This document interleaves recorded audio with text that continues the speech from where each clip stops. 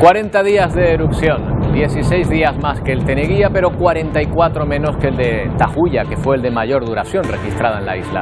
Con esas referencias temporales en mente, hace tiempo que a todos les parece que esta erupción dura demasiado. Pero el volcán no da avisos de parar pronto.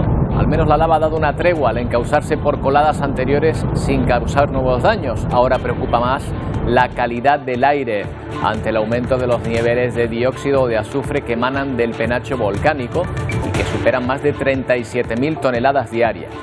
Y aquí ven el vuelo en directo del dron de Radiotelevisión Canaria que va a despegar, ahí lo ven ahora mismo, desde el barrio de La Laguna, en los llanos de Aridane. Recuerden que tienen el vuelo completo en la página de Twitter de Radiotelevisión Canaria, y lo que nos muestra precisamente es esa colada de lava parada, casi parada, estabilizada totalmente, que es la que avanzaba por esa zona del barrio de La Laguna. La buena noticia, un día más, es que la lava no está alimentando ahora mismo esa colada de lava, con lo cual no está avanzando. La lava está circulando por la colada primigenia, lo cual es bueno para que el destrozo no sea mayor aún de lo que ya ha provocado este volcán.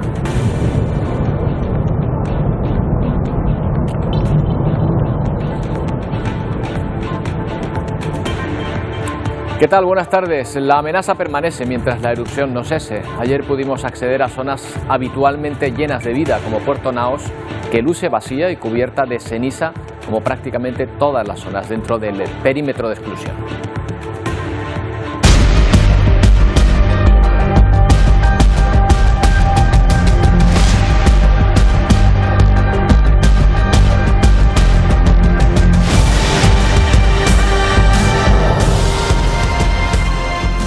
Las zonas evacuadas parecen pueblos fantasma y dentro del perímetro de exclusión la situación sigue exactamente igual, cubierto de ceniza. Siguen registrándose terremotos, más de 60 desde la pasada medianoche.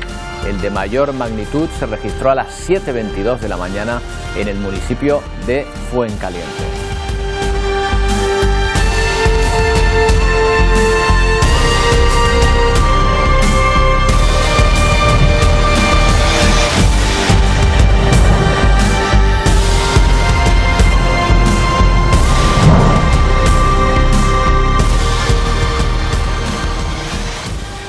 Bueno, ya al margen de los datos que está emitiendo esta erupción volcánica, están después otro tipo de problemas. Fíjense, por ejemplo, estamos a un paso del Día de Difuntos, una fecha más triste para los vecinos de los llanos, con fallecidos en el cementerio de Las Manchas, porque no van a poder acercarse a poner flores ni a visitar las tumbas. Solo lo podrán hacer los que tengan enterrados a los suyos, Magali y Cáceres, en ese cementerio parroquial del centro del municipio.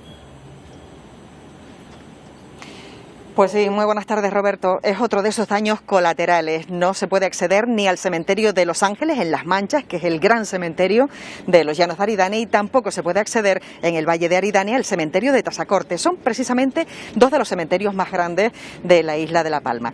Este cementerio, que está ubicado en el centro de los llanos de Aridane, es el cementerio parroquial, y aquí sí que se podrá acceder. Pero se trata de un cementerio diferente, porque como bien decimos, es un cementerio parroquial. Nosotros tenemos aquí muy cerquita a Francisco Martín, que es precisamente el sepulturero. Paco, muy buenas tardes. El sepulturero de este cementerio parroquial, conocido coloquialmente como Paco el Funerario. Sí. 60 años de carrera, ya de años cotizados, Paco. Sí, 40 aquí, en el año 80 empecé aquí yo en el cementerio este.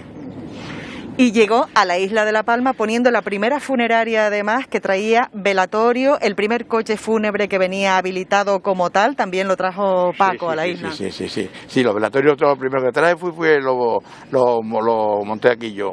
Lo primero eran las casas donde hacían los servicios. Y después ya se fue la cosa, fue preparándose, y preparé el velatorio, que la gente lo sabe, que fue en la farmacia de la Plaza Vieja. Después se cogió en la iglesia vieja, se reparó y se puso allí, hasta que yo hice ya la obra de la funeraria El Paso, actualmente hoy. Paco, un trabajo nada fácil, el de sepulturero, el de funerario, el de lapidario, porque también es funeraria el lapidario. El Paso, además, es un negocio familiar. Sí, pero ustedes se den cuenta que todo entra en el mismo gremio, en la misma rama. Es decir, ser sepulturero, ser funerario y ser todo, se trata de lo mismo, y lapidario, se trata de todo en la misma, es decir, empieza por una parte pero terminas por otra, ya supone poniendo la lápida, que es lo último que le puede hacer a un familiar. ¿Comprende? Ahora mismo llega el Día de Difuntos y por primera vez en tantísimos años de profesión, Paco me decía que es la primera vez que no se va a poder acceder a cementerios como el de Las Manchas, como el de Tazacorte. Eso es lo que nosotros oímos, que nosotros no podemos decir, certificar eso. Ahora solo oímos que no se puede entrar, dicen que no se puede entrar ahí, pero nosotros no podemos certificarlo. Yo no lo puedo certificar, si nos lo dice la gente. Y han llamado para ver si podemos hacer traslados derechos, eso sí. Pero nosotros no tenemos esa orden para nada de eso.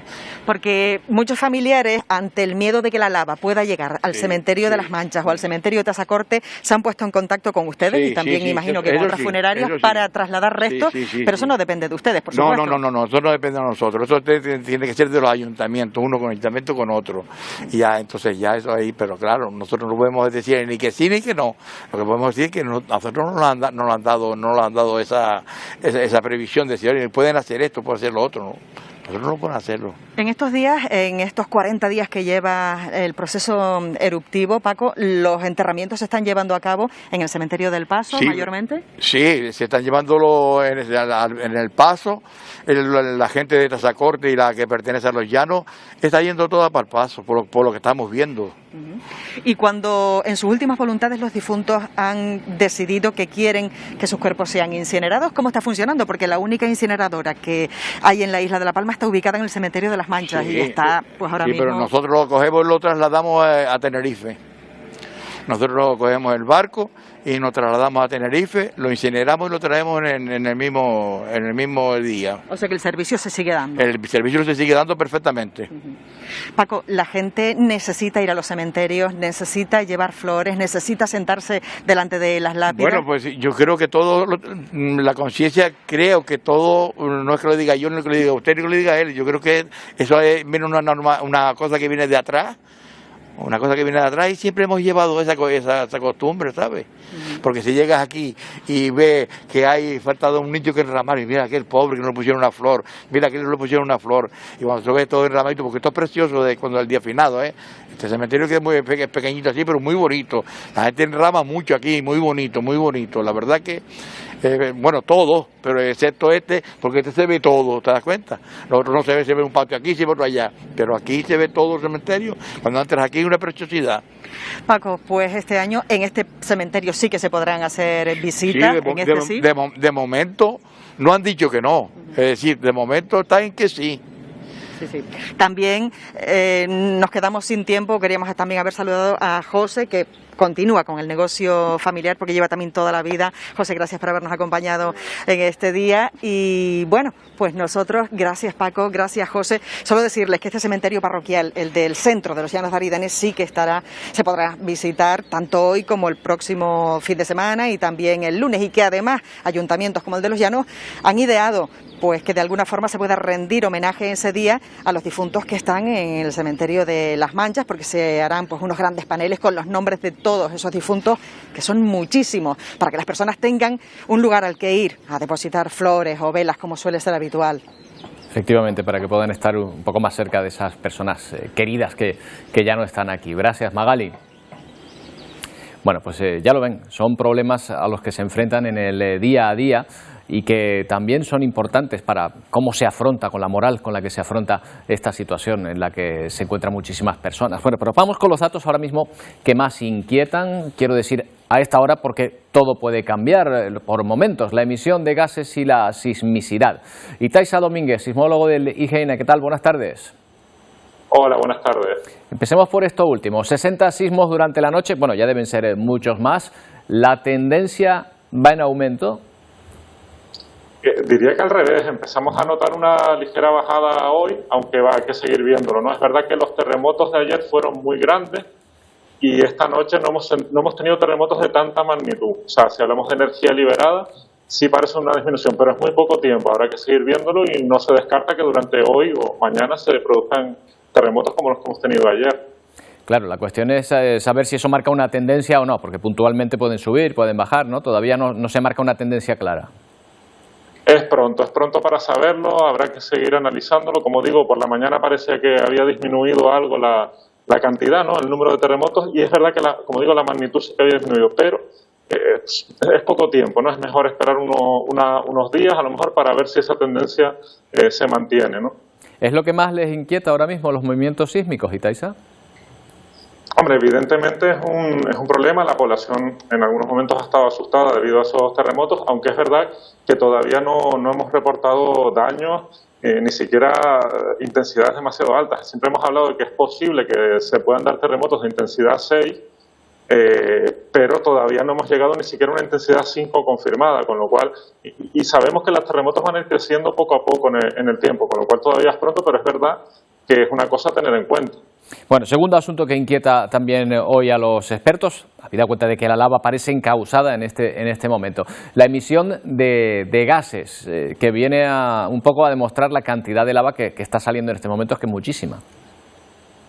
Sí, evidentemente estos últimos días, desde el fin de semana, ha habido un incremento claro en la actividad volcánica, ¿no? Lo hemos visto pues, con los cambios del cono, la sismicidad y la emisión de dióxido de azufre que ha medido el Involcán de cantidades de las más grandes que se han detectado durante esta erupción, con lo cual es otro punto importante y que se debe, pues evidentemente, a estos cambios, ¿no?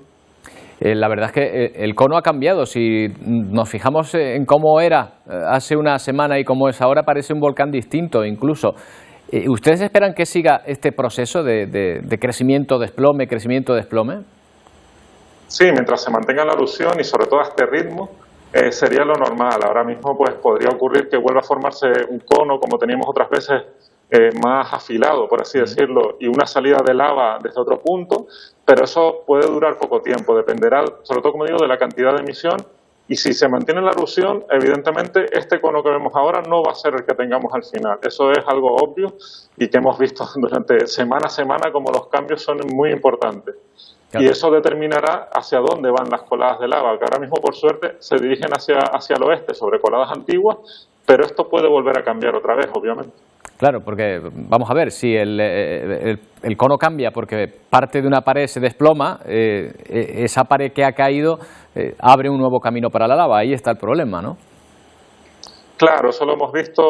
Recuerdo sobre todo aquel derrumbe de la parte norte del cono, parte del cono secundario, ¿no? Que se derrumbó y la lava empezó hacia el norte, hacia el propio volcán, ¿no? El propio volcán ha generado una ladera que encauzó la lava hacia la parte norte y luego volvió a ir hacia el mar, pero en la zona más al norte, y fue la que ha afectado a la zona de la laguna, ¿no?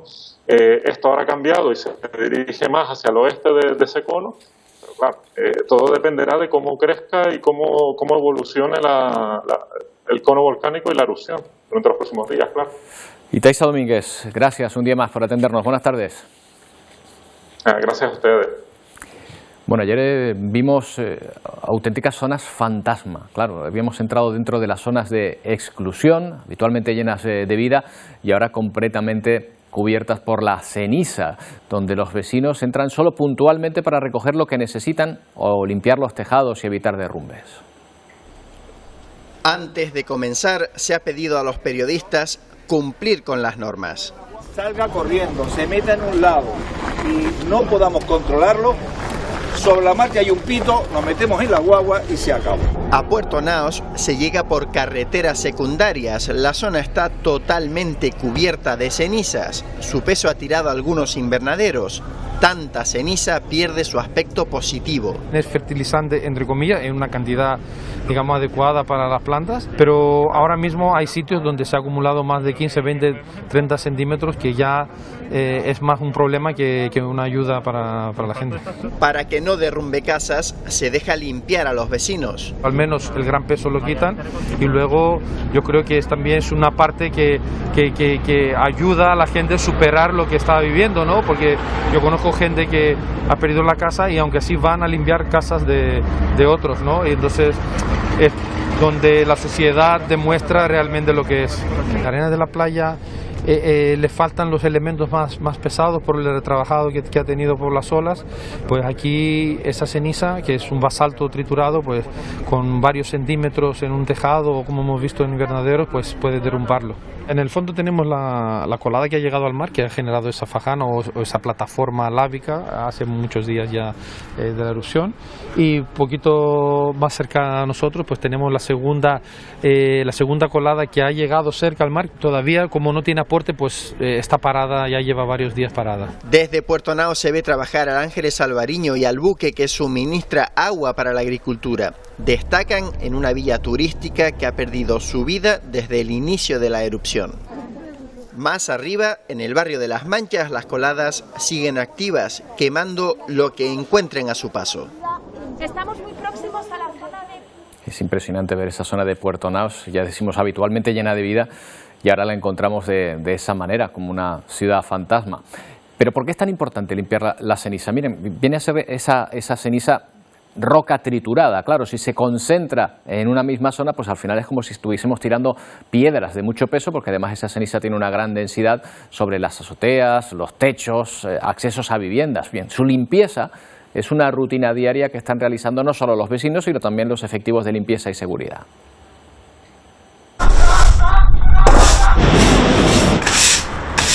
Es, con permiso del rugido del volcán, el sonido que más se repite en las calles de La Palma. Claro, no queda otra. Ahora, pues, hacer... Pues esto, limpiar y limpiar todos los días. Nosotros en nuestro tiempo libre del día a día lo que tenemos que hacer es acondicionar nuestra zona. Así amanece desde hace semanas el centro del Paso o barrios limítrofes con el volcán como Tajuya. Y cuando te levantas por la mañana, la primera cosa que hago, abrir la puerta para ver pues lo mismo. Recoger cenizas es una labor en la que también se emplean cuadrillas municipales de limpieza como esta. Todas las mañanas. ¿Y más o menos cuántas cenizas, cuántas carretillas de esta ya puede llenar? Pues mínimo depende, 4, 5, 6 carretillas hasta más.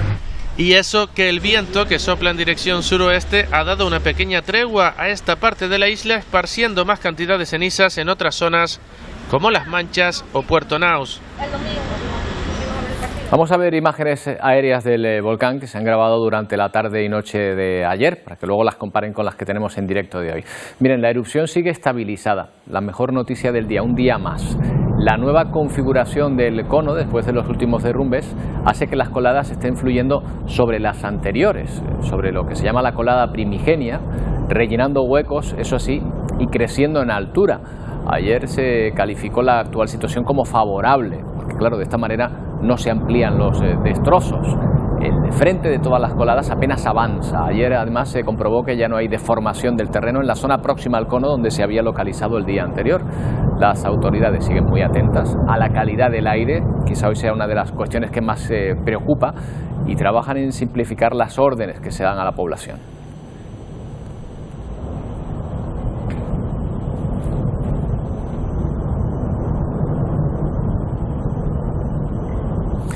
Bueno, esa es la imagen del volcán de noche, que cambia mucho a como la vemos de día.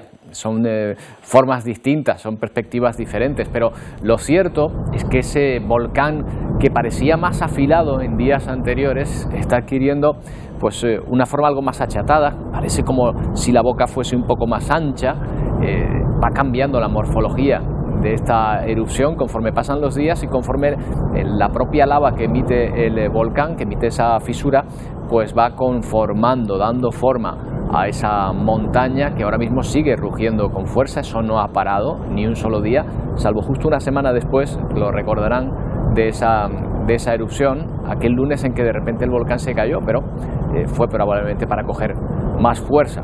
Es evidente que fue así, porque a partir de entonces no ha parado de rugir y de soltar una enorme cantidad de lava al exterior. Ya son 40 días sin descanso.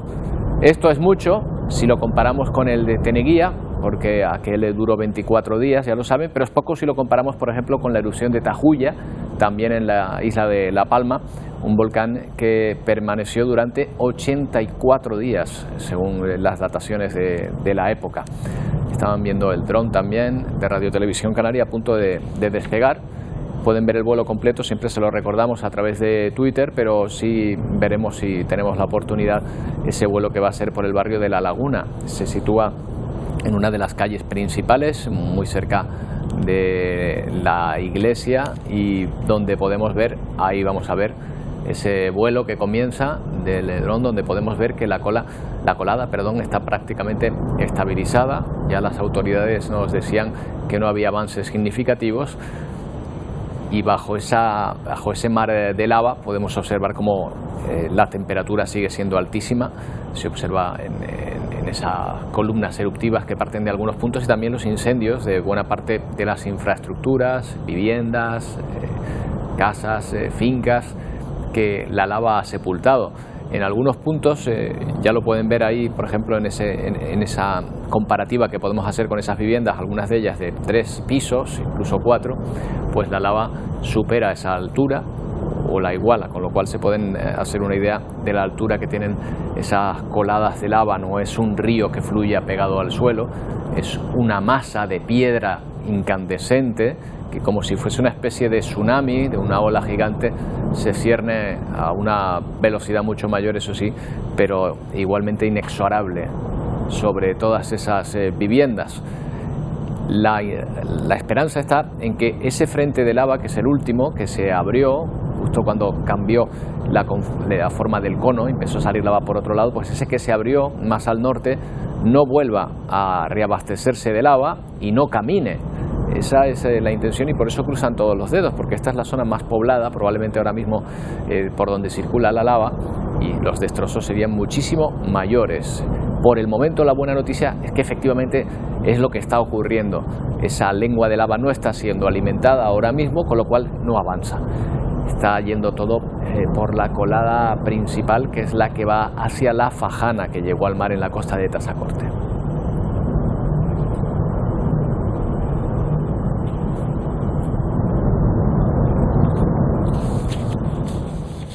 Bueno, hay que tener en cuenta que la presencia de ceniza en la isla de La Palma y sus alrededores han llevado a Vinter a tomar una decisión.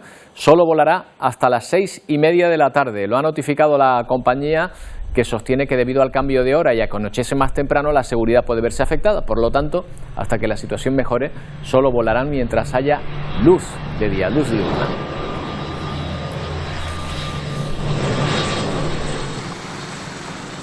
Esto coincide con los desplazamientos por el puente de Todos los Santos, que está aumentando. Si el avión reduce su operatividad, la mayoría de estos desplazamientos se harán en barco. Y a las puertas de ese puente de Todos los Santos, las navieras que operan con La Palma refuerzan sus operativas, porque está aumentando también la demanda para ir a la Isla Bonita. Naviera Armas suma desde mañana un trayecto más a la conexión entre el puerto de los Cristianos y la capital palmera. Según la naviera, ya se ha vendido más del 70% del pasaje para mañana. Veamos cómo está la situación en Fred Olsen. Juan Ignacio Liaño es director de flota de la compañía. ¿Qué tal, Juan Ignacio? Buenas tardes. Hola, buenas tardes. ¿Quedan billetes para ir a La Palma a este puente?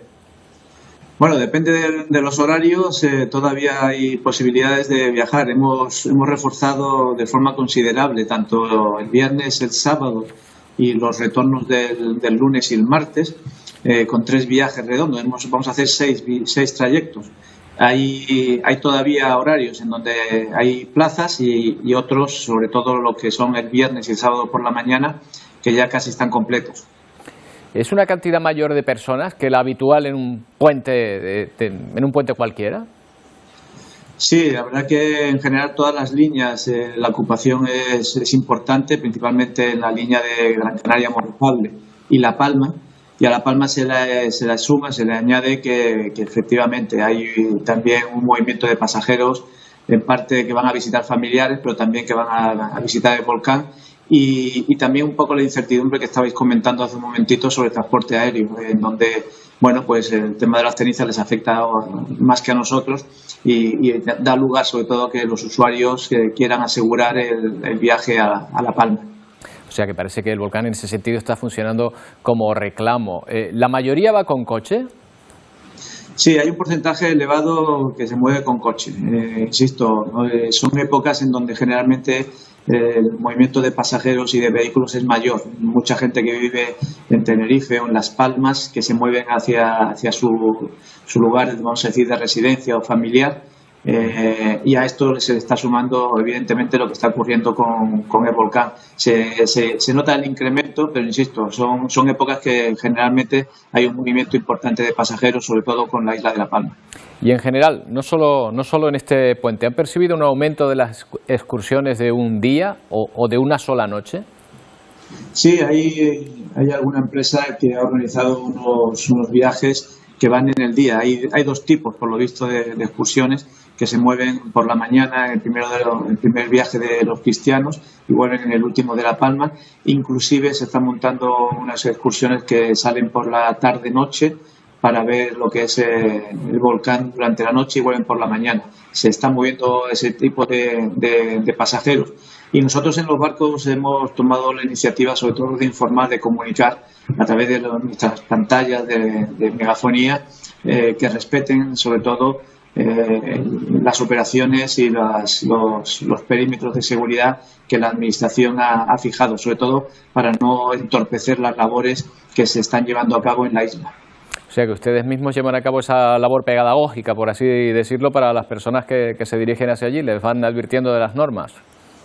Sí, desde el comienzo de la erupción, bueno, pues el movimiento de pasajeros ha sido de todo tipo y no se puede descartar ese movimiento de pasajeros científicos o simplemente gente que tiene mucho interés en ver por la erupción de un volcán. Desde ese momento hemos a través de las pantallas principalmente durante todo el viaje vamos informando que van a entrar en una isla en donde existe ahora mismo una situación en alguna zona que es muy pequeña, que es la zona de los Llanos. No podemos decir que La Palma entera en este momento se encuentra afectada porque tampoco se puede parar, en este caso, la entrada de turistas o la entrada de visitantes que dejan al final pues ingresos a la isla. Por lo tanto, lo que sí que hemos hecho es concienciar a la gente que está viajando en que, por favor, que respete absolutamente todas las medidas que está fijando el gobierno. Está claro, y los propios palmeros no se cansan de decirlo, que es una forma de ayudar a acudir a La Palma, oye, con respeto, evidentemente, y teniendo en cuenta todas estas normas. Una duda que se me plantea, no sé si le pongo en un aprieto, Juan Ignacio, pero si aumenta la demanda en un momento dado, ¿cabría la posibilidad de utilizar el puerto de Tazacorte? El puerto de Tazacorte se está hablando mucho, sobre todo para comunicar con la parte que está ahora mismo aislada, que sería lo que es Puerto Nao, a lo mejor Fuencaliente, en donde ahora mismo el moverse desde ahí pues hay que hacer una ruta por carretera muy larga. El problema es que no hay puertos, no hay absolutamente ninguna infraestructura en esta zona.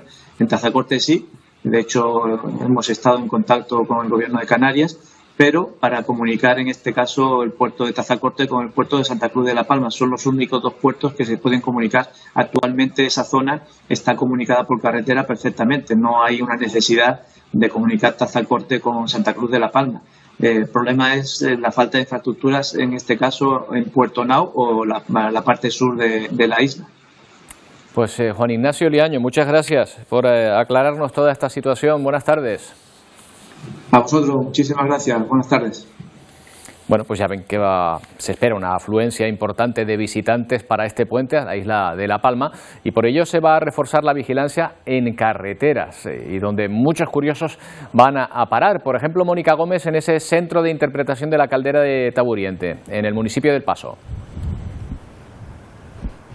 Así es, Roberto, buenas tardes. Y es que este centro de visitantes es prácticamente el primer lugar que se encuentran los coches cuando cruzan el túnel de la cumbre, llegan a la comarca oeste de la isla, el primer lugar donde parar y buscar algo de información. De hecho, hasta hace unos días era también la sede del puesto de mando avanzado, o sea que también llegaba aquí la prensa que está llegando estos días en la isla para cubrir esta erupción volcánica. Nos acompaña este mediodía Ángel Palomares, director del Parque Nacional de la Caldera de Taburiente. Buenas tardes. Buenas tardes. El centro de visitantes se ha convertido en centro de visitas, de gente que viene buscando información. ¿Han notado ustedes algún aumento de gente que busca este tipo de información acerca de este volcán de Cumbre Vieja?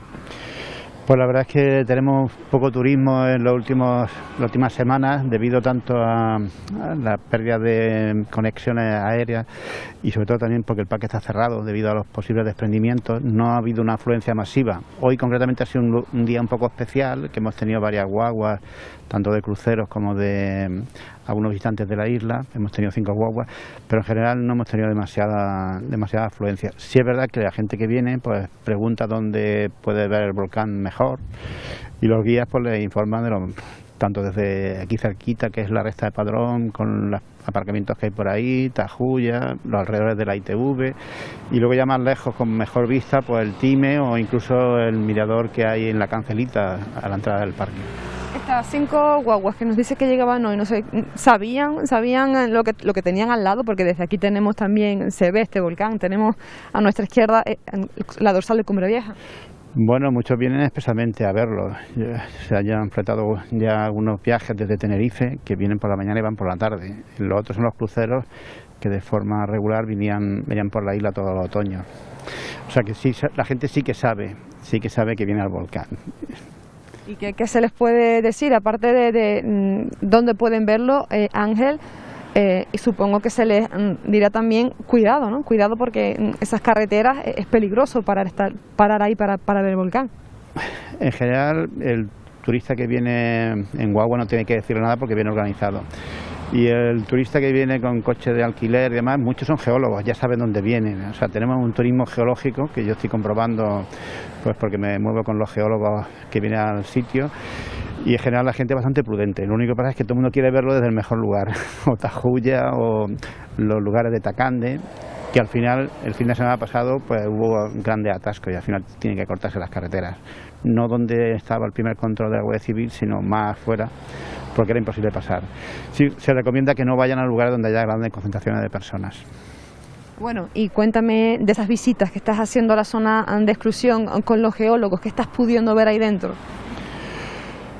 Bueno, primero en la parte geológica lo variable que es el volcán, que no es predecible, cada día tiene una actividad distinta. Yo he estado mucho por Tacande, yendo de la zona de las fumarolas que se producen al principio, los picones que salían, luego una colada, otra colada, tubos que se cierran, vuelve a haber coladas, y luego en cuanto a la vida, lo que está alrededor del volcán, pues por el sur también tuvimos otras fumarolas que han muerto algunos pinos de abajo arriba, sitios dispersos, pero en general todo lo que está alrededor del volcán está machacado por los piroclastos o por la ceniza un poco más fina que va más lejos. Pero ya a esta fecha, lugares que tenían a lo mejor medio metro de picón, plantas que no han sucumbido al golpeteo, están brotando las viñas, están brotando los tacasastes, están brotando los castaños, están brotando las cederas, incluso hinojos, plantas que en principio pensábamos que estaban mal porque estaban cubiertas de picón en la parte baja y que han tenido calor. Pues la vida quiere salir al paso y no quiere quedarse, digamos, atrapada en el volcán. O sea, los animales están dando vueltas alrededor del volcán, tanto las rapaces que hemos visto estos días, pues ternícalos, aguilillas, algún cuervo por allí y muchas palomas. No se ven muchos insectos, no se ven muchos lagartos, pero sí se ven que la vida está volviendo. A 30 metros del volcán están saliendo plantas ya con color verde. Increíble eso que nos comenta Ángel y qué es lo que están pudiendo ver esos geólogos que están entrando a la zona de exclusión donde solo ellos pueden entrar. Ahí no podrán entrar seguro las personas que este fin de semana van a llegar a la isla. Recordarles, como decíamos Roberto, que se van a intensificar los controles, la vigilancia, especialmente en las 2 carreteras donde son puntos de concentración de estos curiosos también, palmeros y visitantes, la LP2 y la LP3. Se vigilará que no se estacionen en la vía y que tampoco transiten sin el chaleco reflectante. Esos controles serán más intensos en la zona entre la rotonda Padrón, a pocos metros de este centro de visitantes, y la rotonda de Maderas La Rueda. Efectivamente, Mónica, gracias, que es donde se concentra la mayoría de los visitantes porque es una buena zona para ver esa erupción volcánica. La Palma es una isla para ser descubierta, para disfrutarla sin duda, pero bueno, en estas circunstancias sin estorbar y con respeto, porque ya sabemos que hay muchísima gente que está en unas circunstancias muy difíciles. Hacemos una pausa y volvemos, no tardamos.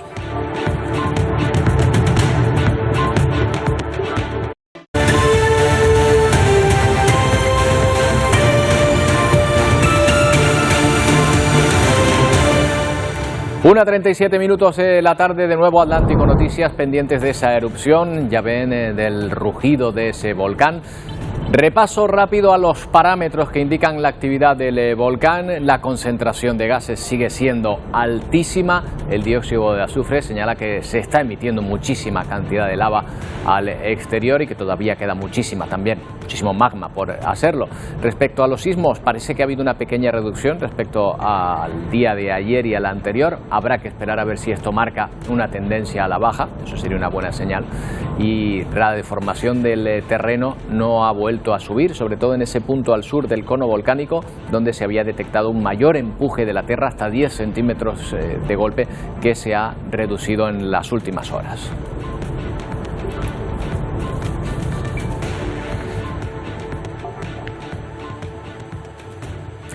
La peor parte de este proceso eruptivo se la están llevando las cientos de familias que se han quedado sin su hogar.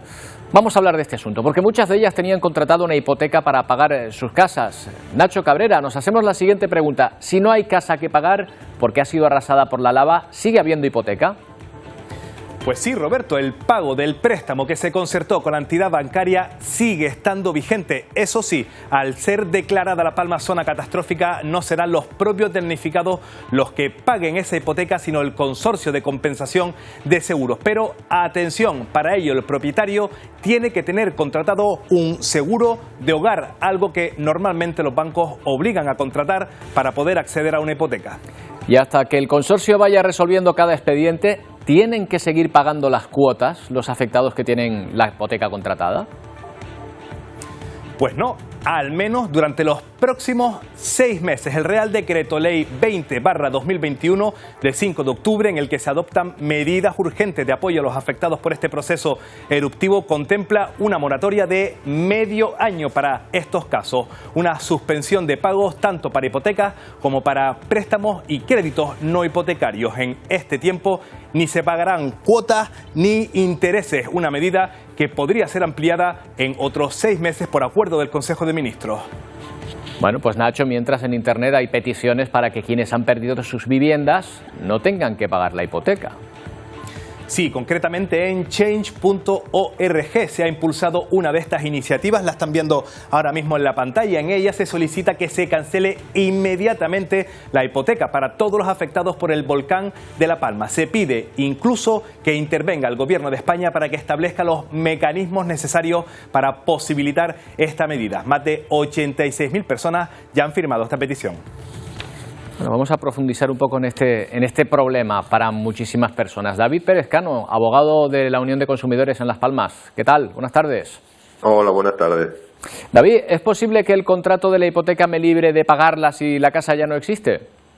No, hay que ser sinceros en esta medida y decir que el banco no va a rescindir un contrato de crédito hipotecario por las buenas, aunque nos encontremos en una situación tan complicada como la que estamos viviendo.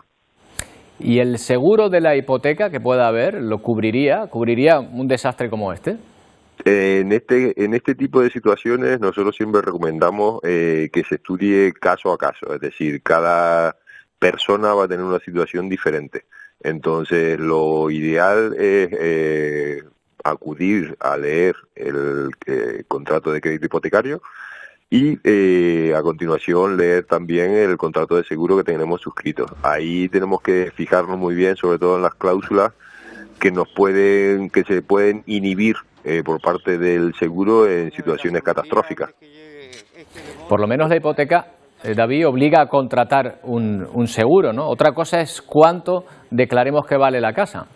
Claro, casi siempre cuando se contrata un contrato de crédito hipotecario, nos obligan a realizar un seguro. Ocurre que ese seguro teóricamente tiene que durar lo mismo que la hipoteca, pero en la situación actual muchas personas pues renuncian o renuevan dicho seguro.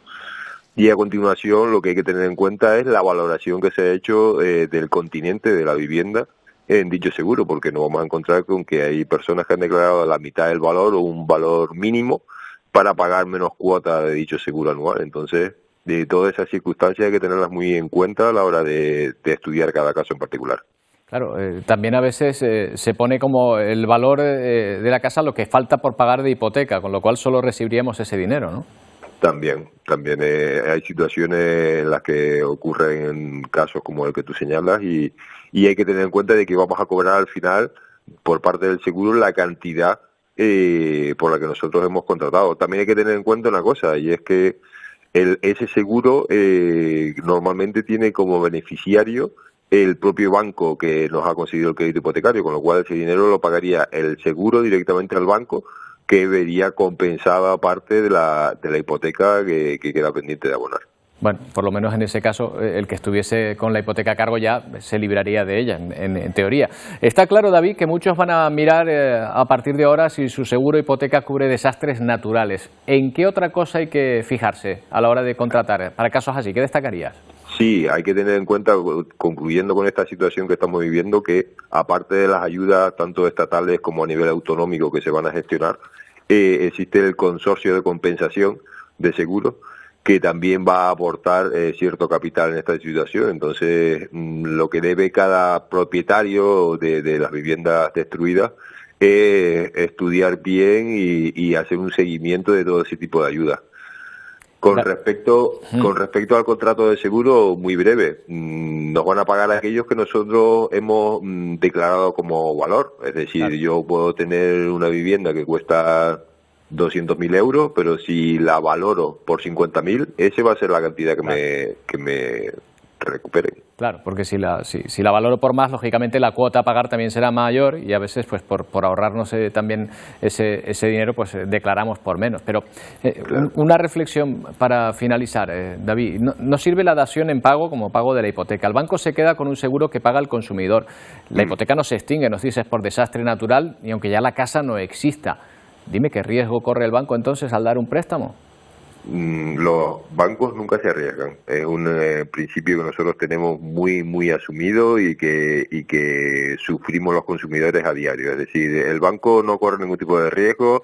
Si existe cualquier tipo de problema económico global, directamente acuden a los contratos que hablan de cobro de intereses sobre tarjetas de crédito, cuentas corrientes, créditos hipotecarios, créditos sobre bienes muebles. Al final nos damos cuenta de que el banco siempre va a ganar. Entonces, en esta situación se puede dar la circunstancia de que una persona que ha perdido su vivienda, a pesar de las ayudas del seguro por haber declarado un valor inferior y demás, pues termine obligado a pagar una parte de la hipoteca de una vivienda que ya no disfruta. Claro.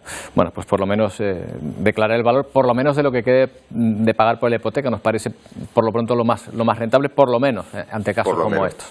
Sí, señor. David Pérez Cano, gracias, buenas tardes. Muchísimas gracias a ustedes, buenas tardes. Miren, un dato a lo mejor que puede provocar confusión en un momento dado, cuando estamos hablando de microsismos, esos pequeños terremotos que se están produciendo constantemente, muchos de ellos sentidos por la población, sobre todo estos últimos días. Desde las 6:30 de esta mañana ya se han producido más de 100, los mayores de magnitud 3,6. Y aquí nos detenemos. He usado la expresión magnitud, pero también estamos oyendo hablar de intensidad, de la escala de Richter. Bueno, vamos a aclarar conceptos. Antonio Cárdenas. ¿Qué tal, Roberto? Sí, porque lo primero que tenemos que decir es que estamos volviendo locos a los telespectadores. Hay que decir que terremoto, seísmo y sismo son sinónimos. Eso ya nos facilita un poco la vida. Otro concepto que escuchamos mucho estos días, los tremores. También pueden considerarse como movimientos de tierra, pero son específicos para el interior de los volcanes. Seguimos. Importante, magnitud e intensidad. Nos liamos, seguramente porque la palabra intensidad o el adjetivo intenso son mucho más comunes para nosotros que magnitud. Magnitud es la cantidad de energía liberada por el temblor, eso es la magnitud. Y la intensidad, como estamos viendo ahí, es el grado de destrucción que provocan los terremotos. La diferencia es importante. Nos centramos ahora en la magnitud. Impecable esa frase que has dicho, Roberto, un terremoto de magnitud 3.6, punto. La primera gran escala de medición fue la de Richter en 1935, hacemos un poco de historia. Eso todavía... Por eso estamos escuchando todavía muchas veces escala de Richter y de hecho sigue vigente, pero lo más preciso y recomendable ahora mismo es la escala de magnitud de momento, que se creó en 1979 y complementa y mejora a la de Richter. O sea, que olvidamos Richter. Recuerden, magnitud 2.9 o 4.2 y punto. Ahí sacada, sin mencionar grados y tampoco sin mencionar la escala. Y por último, vamos a ver la intensidad. También tenemos varias escalas. La vigente hoy para la ciencia cumple ya 90 años, es del año 1931. Esta escala sí que se mide en grados, de ahí que metamos también grados en la magnitud. No, grados aquí. Hablamos del grado de afección de un terremoto y va del 1 al 12. Con un terremoto de intensidad grado 1 casi no nos enteramos. Con un terremoto de intensidad grado 12, Roberto, la destrucción es prácticamente total. Entonces, Antonio, estos días que hemos escuchado a María José Blanco, la directora del IGN en Canarias, decir que podríamos llegar a tener en La Palma sismos de 6 grados de intensidad, ¿qué significa? ¿Eso es mucho o poco? Pues mira, algunos se habrá llevado seguramente las manos a la cabeza pensando que estaban hablando de magnitud 6 y no es magnitud 6. Una intensidad de grado 6 está en el medio de esa escala que vimos antes, significa que un terremoto es sentido por toda la población y que puede ocasionar daños ligeros. Vale, pues nos queda claro y nos deja más tranquilos. Y como cada día hacemos un repaso de los daños que sigue provocando esta erupción volcánica, la lava sigue destruyendo mucho terreno, Miguel.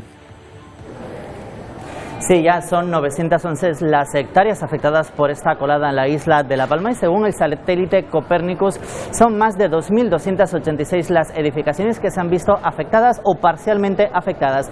En cuanto a las carreteras, cerca de 70 kilómetros de carreteras en estos 3 municipios afectados, en El Paso, Los Llanos de Aridane y también Tazacorte, se han visto afectados por estas coladas que siguen avanzando en la isla de La Palma. Precisamente en cuanto a las carreteras, este fin de semana el Pevolca y también las administraciones públicas de la isla han pedido especial precaución porque se espera una gran afluencia tanto de vehículos como de transeúntes, sobre todo en la LP2 y en la LP3. Por eso se pide especial precaución y la Guardia Civil ya ha lanzado un operativo para este fin de semana. Se pide que no se aparque en los márgenes de las carreteras y se vaya sobre todo a esos destinos que están habilitados para disfrutar de este volcán, pero con todas las seguridades. Roberto. Tenemos dos puntos en concreto que son bastante delicados. Son la iglesia de Tajuya, porque es una vista excepcional, desde el kilómetro 24.800 más o menos hasta la finalización de esa LP3, y después en la LP2, en la recta donde está el restaurante Giardino, que tenemos bastante coneado aquello señalizado para evitar que se estacione. Claro, y además con el chalequito, que hay que ponerse para que sean bien visibles durante la noche. Por cierto, una noticia importantísima para el sector primario, para los agricultores. El martes se puso en marcha la primera desaladora para regar las plantaciones aisladas y, Miguel, hoy se espera que entre en funcionamiento la segunda. Sí, esto supondrá que se inyectarán más de 6.000 metros cúbicos de aguas que distribuirá posteriormente el Consejo Insular del Cabildo de la isla de La Palma. Debido a esta nueva desaladora que comenzará a funcionar, más de 600 agricultores se verán beneficiados, pero ya dicen que dan por perdido la cosecha de este año y que ya ponen la mirada en la cosecha del año que viene. Serán 450 las hectáreas que podrán ser regadas con este agua de las desaladoras y también de los pozos perforados en los últimos días. Son muchos los que han tenido que dar de baja el suministro eléctrico tras perder sus viviendas, pero Endesa ha lanzado una campaña que afecta a todos los palmeros. Miguel, ¿en qué consiste? Sí, la compañía eléctrica en la isla de La Palma ha lanzado esta campaña solidaria para apoyar tanto a los palmeros como a las palmeras. Entre otras cosas, aplazará los pagos de las facturas a los damnificados, también paralizará los suministros y también ofrecerá un 50% de descuento a todos los palmeros y las palmeras. La compañía eléctrica ha asegurado que para realizar todas estas gestiones intensificará toda la atención en las oficinas en la isla de La Palma, también reforzará todo el sistema de la isla de La Palma para reducir el impacto económico y social. Y también, según ha podido saber Radio Televisión Canaria, en los próximos días Endesa también lanzará nuevas ayudas para los damnificados. Bueno, pues está bien. Y toda ayuda es poca para estas personas, sobre todo las que lo han perdido prácticamente todo. Bueno, vamos a cambiar de asunto. Siempre les decimos que mirando al volcán de reojo, evidentemente la erupción es la principal noticia que nos ocupa en estos días, pero no podemos dejar de lado la vacunación frente al COVID y también contra la gripe que ya llega en esta temporada, con lo cual puede que coincidan tanto la primera como la inoculación de las dosis de refuerzo. Se pondrán al mismo tiempo los pinchazos contra las dos enfermedades. Literalmente, un pinchazo en cada brazo a los 230.000 mayores de 70 años residentes en el archipiélago. 13.307 personas ya han recibido la dosis de refuerzo contra el coronavirus en las islas. Estoy contentísima porque antes me daba con mucha frecuencia gripe y ahora no me da ninguna. También me puse el resguardo también y bienísimo también. Pues muchos de nuestros mayores de 65 años ya tienen cita para vacunarse de la gripe, también de esa tercera dosis de refuerzo. Pero ¿por qué es tan importante vacunarse de la gripe cada año? Isiar, cuéntanos.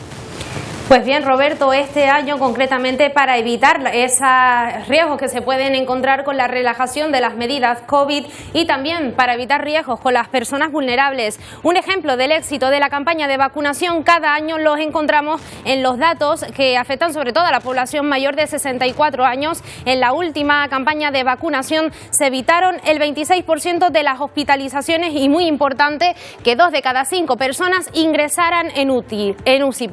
Otra también de los datos a destacar es que se evitaron el 37% de las muertes en pacientes mayores de 64 años. Bueno, pues es importante, Isiar, protegerse contra todo virus, sobre todo también contra el coronavirus, con el coronavirus de por medio. ¿Qué objetivos se han marcado para este año? Pues Roberto, pues este año es muy importante, como decimos, vacunarse de la gripe, sobre todo porque si combinamos una epidemia con una pandemia puede tener un resultado completamente fatal. La población diana, población mayor de 65 años y sanitarios, se intentará llegar a una cobertura a este sector de población al menos un 75%, intentar incrementar los datos del año pasado que se situaban en torno al 67-62%. También se intentará inocular al 60% de las embarazadas y de las personas de riesgo. Recordar, pueden pedir cita a través del Servicio Canario de Salud, a través del 012 o a través de la app, y al menos tendrán que estar vacunados, haber pasado 6 meses desde que hayan recibido la segunda dosis de la vacuna del COVID. Daniel López Acuña es doctor en salud pública, experto de la Organización Mundial de la Salud, y hoy nos atiende desde un poquito lejos, desde México. ¿Qué tal? Buenas tardes o buenos días, creo, allí, ¿no? Es muy temprano. Buenos días, muy temprano aquí, exactamente. Sí. Bueno, pues le agradecemos que nos atienda, que haya madrugado para atendernos. Claro, es que con esto de la COVID, la primera reflexión es que nos podamos olvidar de que la gripe también puede ser una enfermedad grave. Sí, el hecho de que tengamos que enfrentar la COVID-19 y que tomar medidas y que activar la vacunación no debe hacernos ni olvidar ni relegar en modo alguno la importancia que tiene la prevención de contagios de gripe estacional, y la forma fundamental de hacerlo es vacunando con la vacuna contra la gripe a todos los grupos vulnerables. Ya el año pasado logramos mejores tasas de vacunación, mejores coberturas vacunales que en años anteriores, y además el uso de la mascarilla y la distancia física nos ayudaron a tener muy poca incidencia de gripe estacional.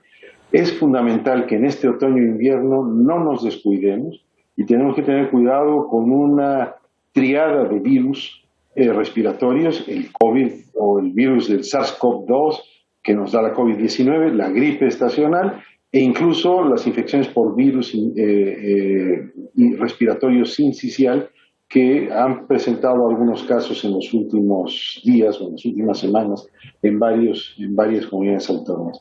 Así que otoño-invierno es temporada de alta prevención y precaución, y tener grandes cuidados y en todo lo posible no desestimar las medidas de protección que nos van a ayudar a no tener contagios de ningún tipo de virus respiratorio agudo que puede darnos algún problema serio, por supuesto empezando por la COVID-19. Daniel, ante quien pueda tener sus reservas por ponerse 2 vacunas a la vez, no interactúan entre sí, ¿verdad?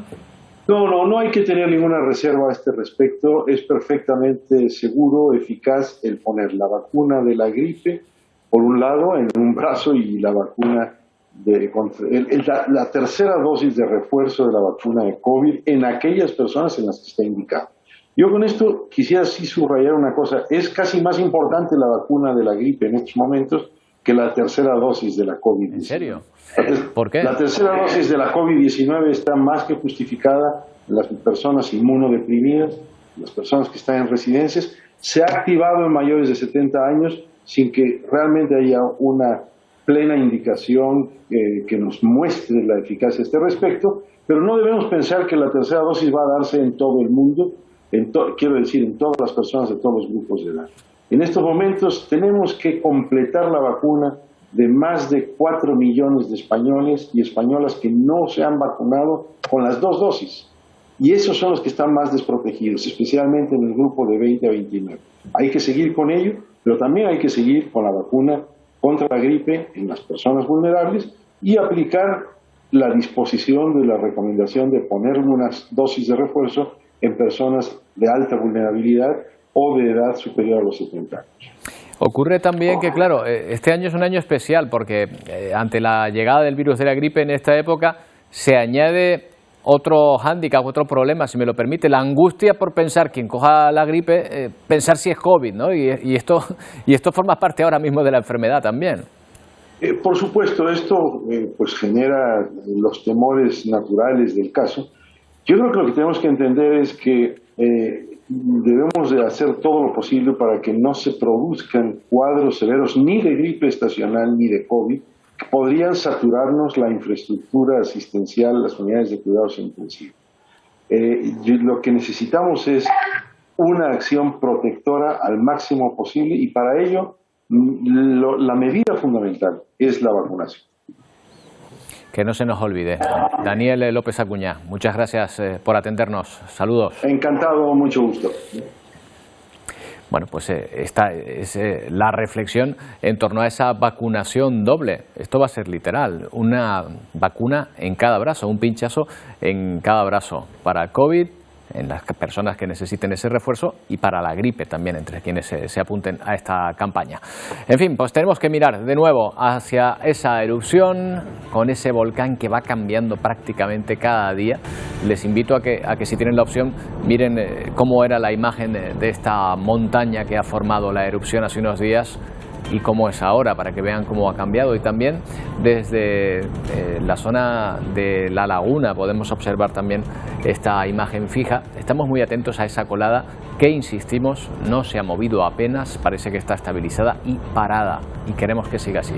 Una pausa y volvemos.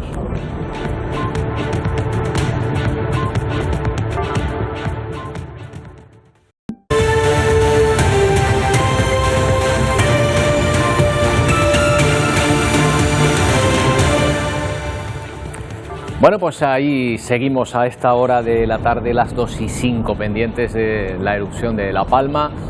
En Atlántico Noticias, en estos 40 días ya de erupción, 40 días sin descanso, insistimos, con cierta estabilización, por lo menos por el avance de la lava que discurre por las vías abiertas ya en un principio. Por el momento, y ojalá siga así, no se ha extendido por otras zonas.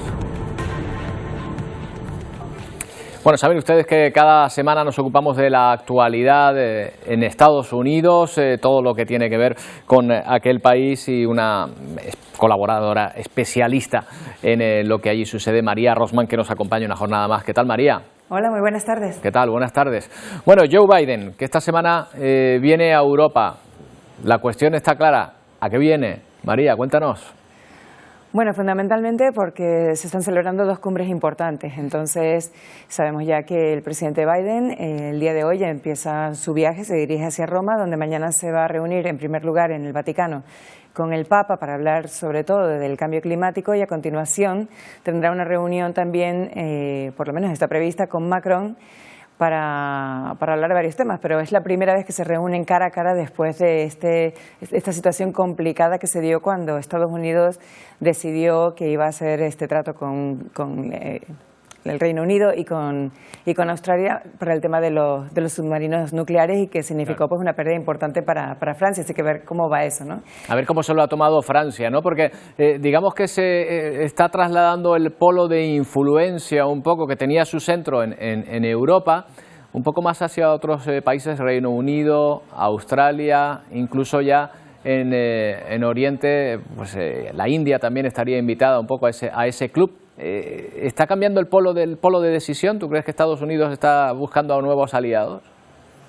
Bueno, es muy interesante lo que estás diciendo, porque este viaje de Biden precisamente es para reforzar esos lazos con Europa, ¿no? Pero sí es verdad que si nos vamos allá al ámbito geopolítico, sí que estamos viendo nuevos jugadores que están ahora mismo sumando importancia a nivel mundial, debido a las tensiones, por supuesto, con China, todo lo que ocurre en el estrecho de Malaca, y que tiene mucho que ver también incluso con diferentes rutas terrestres para esa nueva expansión de China, tanto en África como en el Caribe o Latinoamérica, ¿no? Entonces es verdad que por una parte la parte del Pacífico es importantísima, y de ahí tienes a Australia, y por supuesto el Reino Unido continúa siendo un socio muy importante, y luego aunque ahora se esta reunión entre el grupo de los 20, que son los 20 más importantes de Europa, los G3 siguen siendo los más importantes, que son, por lo menos para Estados Unidos, que son Alemania, el Reino Unido y Francia, ¿no? Ahí nos quedamos fuera un poco los españoles, los italianos. Pero sí que hay un cambio geopolítico importante, interesante, que acabas de tocar, pero que, vamos, es la punta de un iceberg, ¿no? Claro, acá estamos viendo la anterior visita de Joe Biden cuando se reunió con el Papa Francisco también. El caso es que a lo mejor una de las grandes basas de Biden es que no es Donald Trump. A lo mejor todavía Europa en ese sentido lo ve como un aliado más fiable que el anterior presidente de Estados Unidos, ¿no? Definitivamente hay una diferencia enorme entre un Donald Trump que dijo que Europa es enemigo de Estados Unidos, y un presidente Biden que desde el principio dijo que está de regreso con esta sociedad que tenemos entre Estados Unidos y Europa, que América vuelve otra vez a ser parte de esta sociedad. Eso lo dijo en junio en su primera visita, y ahora en esta segunda las cosas se han enfriado un poco, sobre todo después de lo ocurrido en Afganistán, y necesita, sobre todo de cara al tratado de Irán de armas nucleares con Irán, que los aliados europeos de alguna manera refuercen un poco esa alianza que tienen con Estados Unidos, ¿no? Y luego también, por supuesto, con el cambio climático, que son las dos cumbres que se van a dar entre este fin de semana y la semana que viene. Bueno, pues igual esa visita del Papa en su momento a Estados Unidos le sirvió un poco para, de alguna manera, para asesorarse sobre lo que se iba a encontrar aquí. Bueno, María, otra cuestión, un poco menos política, más del día a día. Es Halloween, esto en Estados Unidos se vive, no sé, la comparación, pero como aquí los carnavales, más o menos, ¿no? Bueno, es un poco diferente, pero sí es verdad que hay disfraces y también hay gastos. Es decir, es la segunda fiesta en Estados Unidos después de Navidad en la que el consumo ocupa un lugar importante en los bolsillos estadounidenses.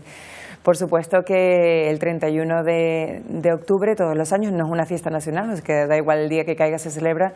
Es un día importante desde el punto de vista de tradición, una tradición que lleva muchísimo tiempo, en la que la gente se disfraza en el All Hallows Eve, la víspera de Todos los Santos, pues para de alguna manera enfrentar los propios miedos que se tienen a todo lo que es, la muerte y todo lo relacionado con la muerte. ¿Y qué se hace? ¿Qué se hace un día como la víspera de Todos los Santos en una ciudad estadounidense cualquiera?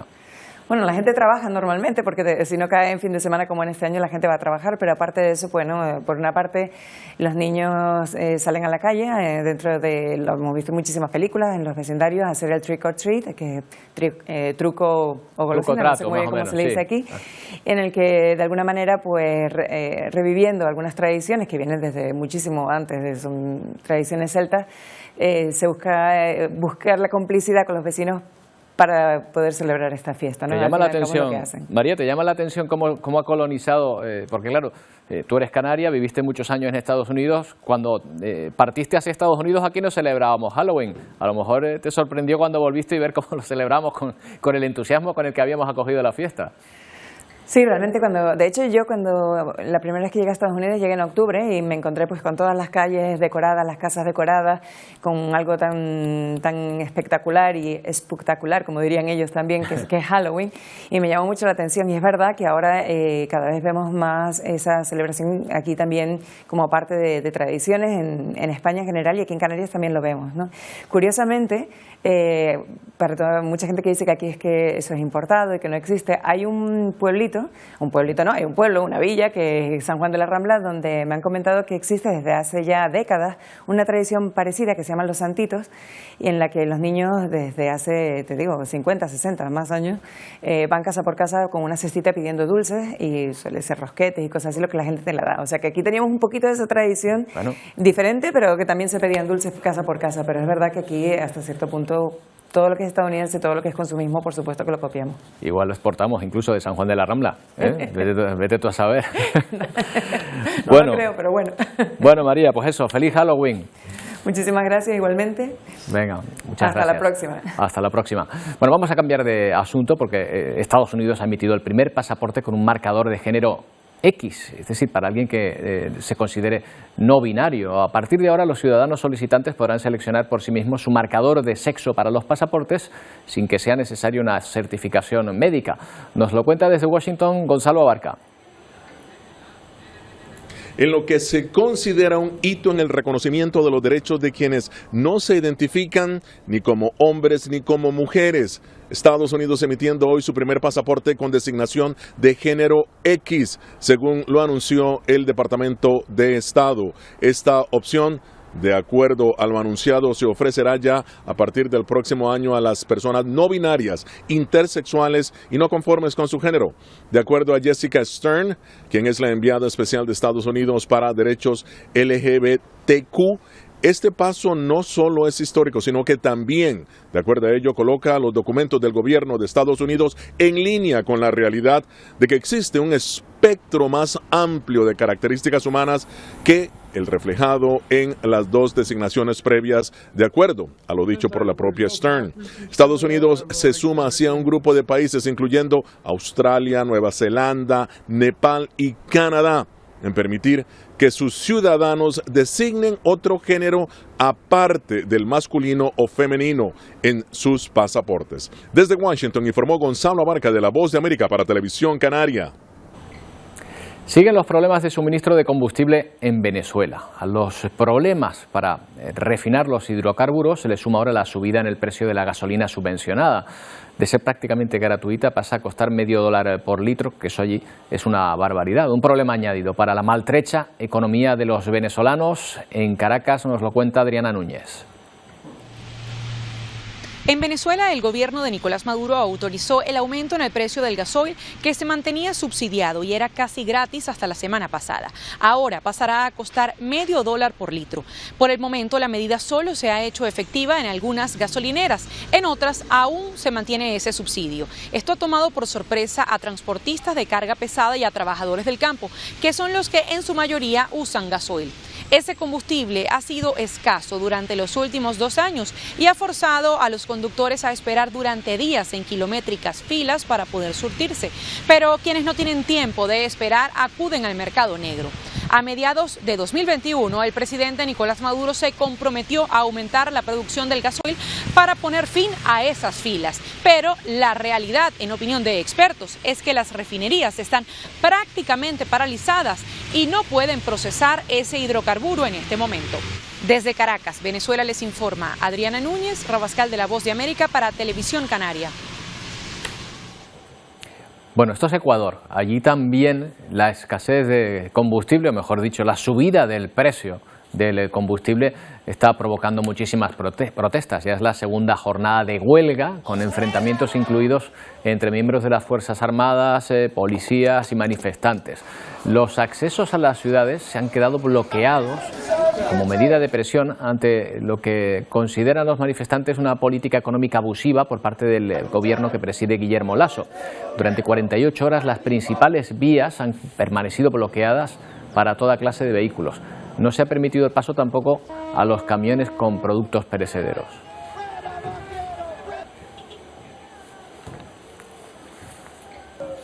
Bueno, aquí en España también nos encontramos con problemas económicos. Hoy se marca un máximo al que no llegábamos desde el año 92. En el siglo pasado la inflación en España alcanza el 5,5%, en su mayoría a causa precisamente del alza en los precios de la electricidad o el gas, aunque los expertos esperan que comience a remitir a medio plazo una situación compleja que se extiende en todo el mundo.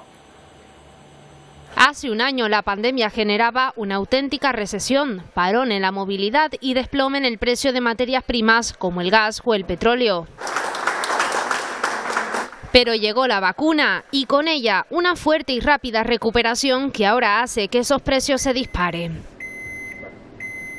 Sube la electricidad, la gasolina y el gas y se dispara la inflación hasta llegar a un 5,5% anual, un máximo que no se registraba desde hace 29 años y que incluso supera el 5,3% de la crisis de 2008. Pero no solo en nuestro país, es un fenómeno que afecta a todo el mundo. Según el Banco Central Europeo, esta alta tasa de variación anual surge al comparar la situación del 2021 con un 2020 lleno de bloqueos y cierres. Para el Tesoro estadounidense podría comenzar a disminuir a mediados de 2022. Para economistas del ente europeo se irá reduciendo poco a poco hasta el 2% anual antes de que finalice el año. Bueno, 5,5% es una subida de precios muy importante. Pero volvemos al tema de la erupción en La Palma. Está hablando ahora mismo Miguel Ángel Morcuende, el coordinador del PEVOLCA, en la rueda de prensa diaria. Vamos a ver si extraemos algún dato de esta rueda de prensa que acaba de comenzar. De todos los últimos días, de los días precedentes, es una tónica ya.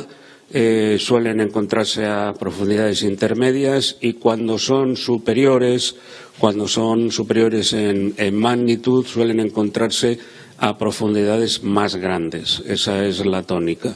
Pero en cualquier caso, si no salvo error, en las últimas 24 horas hemos tenido nueve sismos superiores en magnitud a 4 y con una intensidad que se está siempre acercando a ese 4 y sin llegar a superarlo.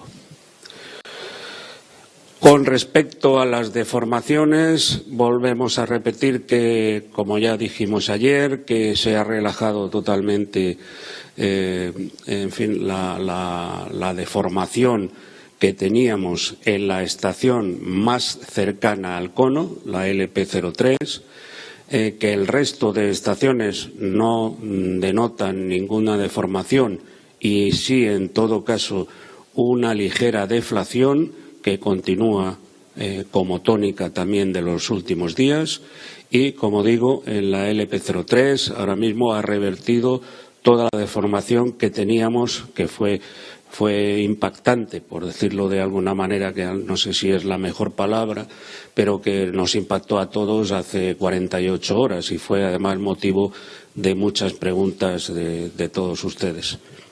Bien, la tasa de emisión de SO2, aunque el ligero descenso, como pone ahí, se mantienen elevadas. Tengo que decir que, tenemos que repetir que esto a lo que me refiero de tasas de emisión de CO2 elevadas se refieren al penacho. Estamos hablando siempre del penacho y estamos hablando en una altura de la troposfera que tiene una facilísima evacuación o dispersión. No tiene absolutamente nada que ver con el problema que podamos tener en un momento determinado en la troposfera baja y no tiene nada que ver, por tanto, con el dióxido de azufre que se capta en esa troposfera baja. Tenemos una pequeña variación en cuestión del viento alisio. El alisio pues está, como pongo en la diapositiva, debilitándose. Esto para nosotros es un problema porque podemos tener una entrada, como de hecho va a ser, de aire otra vez continental, de aire sahariano. Entonces, esto, pues como digo, es un problema porque volveremos probablemente a tener algo más de concentración de partículas en suspensión. Es muy probable. También dependerá de cuál sea la potencia de esa vección, que en principio no es como las que tuvimos hace unos 10-12 días. La base de inversión, también como corresponde a este problema, la base de la inversión es más baja, viene a ser más baja y, por tanto, también nos puede complicar un poquito más la dispersión de gases. Y, bueno, la operatividad del aeropuerto no está comprometida en ningún momento en las próximas 24 horas. En cuanto al dióxido de azufre, en la troposfera baja, es decir, a nivel de calle, tuvimos en el día de ayer una superación del umbral en Punta Gorda. Seguimos sin tener una explicación clara del fenómeno del dióxido de azufre en Punta Gorda y nos sigue preocupando y, de hecho, ya tenemos prácticamente pergeñado el aviso que vamos a hacer en cualquier momento que pudiéramos superar determinados umbrales, tal y como también nos pide la legislación vigente. A lo largo de todo el día de hoy, de lo que llevamos del día de hoy, los valores de SO2 en Punta Gorda, que era el punto que más nos preocupaba, siguen estando por debajo de los umbrales obligados. Hemos tenido solamente una superación del umbral de partículas en suspensión menores de 10 micras en el municipio de Los Llanos de Aridane, que fundamentalmente estimamos que se debe al propio tráfico rodado y también a la propia limpieza que se está haciendo en el propio Los Llanos de Aridane. Entendemos que es muy puntual y no tiene en principio mayor problema. Estos son los datos de superficie. La superficie afectada hoy es de 905,46 hectáreas, es decir, 20 hectáreas más que ayer, 20,48 hectáreas más que ayer. Ahí pueden ver ustedes la colada 3, que es la que se nos vino alimentando desde la tarde-noche de ayer. La colada 3, que como ven está justo en el centro sur de la diapositiva y en el centro sur de lo que es la superficie de colada. Se está alimentando también la colada número 1, que es fundamentalmente por donde circula el grueso de la energía, y también la 7, que se encuentra, si no me equivoco, María José Blanco ha dicho, a unos 86 metros de la costa. Lo tienen medido y lo tiene monitorizado. La UME tiene preparado, en caso de que de que se pueda pensar que llegue en un momento dado al mar, tiene monitorizado el tema. Pues ahí están los datos que está ofreciendo el EPEVOLCAN, Miguel Ángel Morcuende, en estos momentos, hablando de esa estabilización aparente en torno a esta erupción, que evidentemente sigue plenamente activa, que puede provocar cambios en cualquier momento, pero que hay que seguir atentos a los parámetros que se están observando, los parámetros principales que indican cómo está yendo el proceso. Fíjense que las muestras de solidaridad y preocupación por La Palma, que son constantes, traspasan también fronteras. Entre las últimas reacciones que hemos encontrado, destaca la de la actriz Angelina Jolie. La estrella de Hollywood se encuentra en España para promocionar Eternals, la última superproducción de Marvel que ha sido rodada en gran parte aquí en las islas. Pues en una entrevista con este motivo se refirió a la erupción del volcán en La Palma, la calificó de tragedia y, según dijo, intenta ponerse en la piel de los afectados. No puede imaginar lo que pueden estar pasando. Asegura que su corazón está con todos los afectados por el volcán de la isla de La Palma.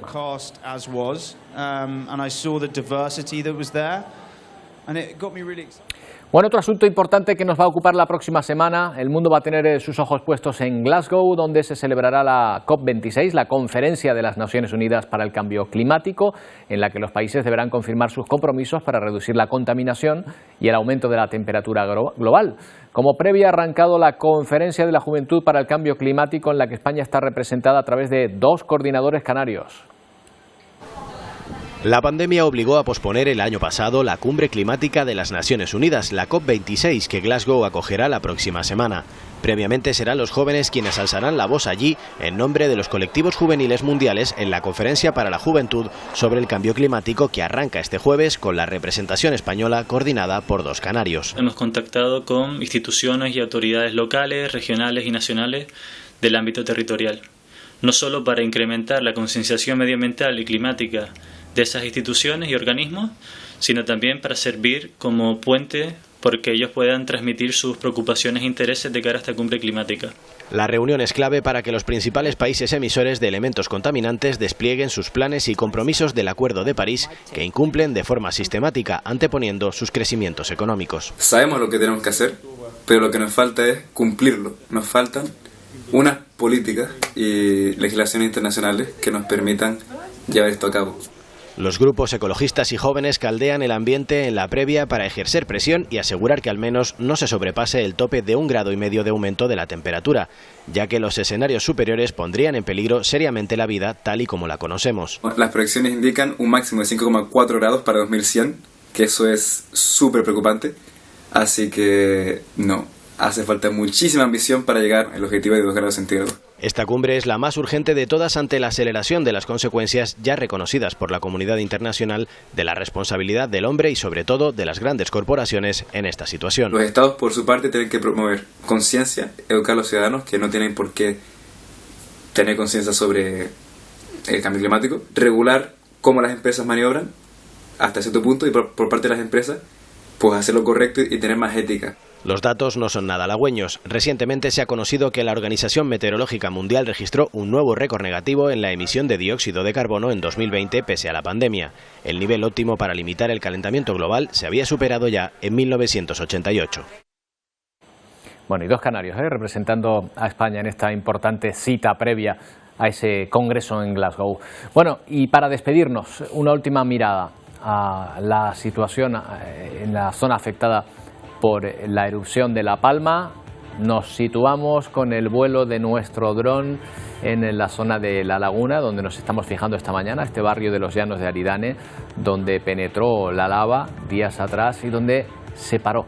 Está parado el frente de lava, por eso encuentran algunas casas a punto de ser engullidas, prácticamente rodeadas, como esa que encontramos enfrente, prácticamente rodeada por la lava, pero en pie, mientras que a otras no les ha llegado apenas la colada. La colada está prácticamente parada, lo hemos escuchado hace un momento, y la lava que alimentaba a esta zona ha dejado de llegar. Y ojalá se mantenga así. Habrá que estar atentos a los cambios en la morfología del cono, que están también influyendo directamente en la dirección que toma la lava, pero por el momento, en la situación en la que se encuentra ahora, fluye por los canales abiertos por la primera colada eruptiva. Eso es una buena noticia. Toda la información en torno a este y otros asuntos la tienen a continuación en Telenoticias 1 con Paco Luis Quintana. Nosotros volvemos mañana a partir de la 1 en una nueva edición de Atlántico Noticias. Hasta mañana.